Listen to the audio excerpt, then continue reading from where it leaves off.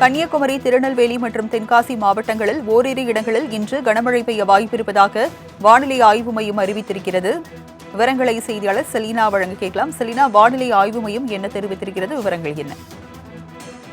இந்திய பெருங்கடல் மற்றும் அதனை ஒட்டியிருக்கக்கூடிய தென்மேற்கு வங்கக்கடல் பகுதியில் ஒரு வளிமண்டல கீழடுக்கு சுழற்சி என்பது நிலவுகிறது. இதன் காரணமாக தமிழகத்தில் இன்று தென் தமிழகத்தில் ஓரிரு இடங்களிலும், வட தமிழகத்தில் ஓரிரு இடங்களிலும், புதுவை, காரைக்கால் ஆகிய பகுதிகளிலும் லேசானது முதல் மிதமான மழை பெய்யக்கூடும் என்றும், கன்னியாகுமரி, திருநெல்வேலி மற்றும் தென்காசி ஆகிய மாவட்டங்களில் இன்று ஓரிரு இடங்களில் கனமழைக்கான வாய்ப்பு இருக்கக்கூடும் என்று சென்னை வானிலை ஆய்வு மையம் தெரிவித்திருக்கிறது.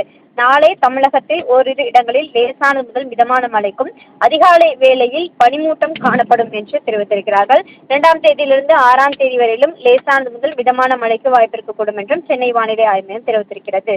சென்னை மற்றும் புறநகர் சென்னையை பொறுத்தவரையிலும் அடுத்த 24 மணி நேரத்திலிருந்து 48 மணி நேரம் வரையிலும் வானம் ஓரளவு மேகமூட்டத்துடன் காணப்படும். அதிகாலை வேளையில் பனிமூட்டம் காணப்படும் என்றும் சென்னை வானிலை ஆய்வு மையம் தெரிவித்திருக்கிறது. மீனவர்களுக்கான எச்சரிக்கை: தமிழக கடலோர பகுதிகளுக்கு இன்றிலிருந்து 4ஆம் தேதி வரையிலும் செல்லக்கூடாது என்றும், வங்கக்கடலோர பகுதிகளில் இன்றும் நாளையும் செல்லக்கூடாது என்ற எச்சரிக்கை விடுக்கப்பட்டிருக்கிறது. அரபிக்கடலோர பகுதிகளில் 1ஆம் தேதியிலிருந்து 4ஆம் தேதி வரையிலும் கடல்களுக்கு செல்லக்கூடாது என்ற எச்சரிக்கை விடுக்கப்பட்டிருக்கிறது.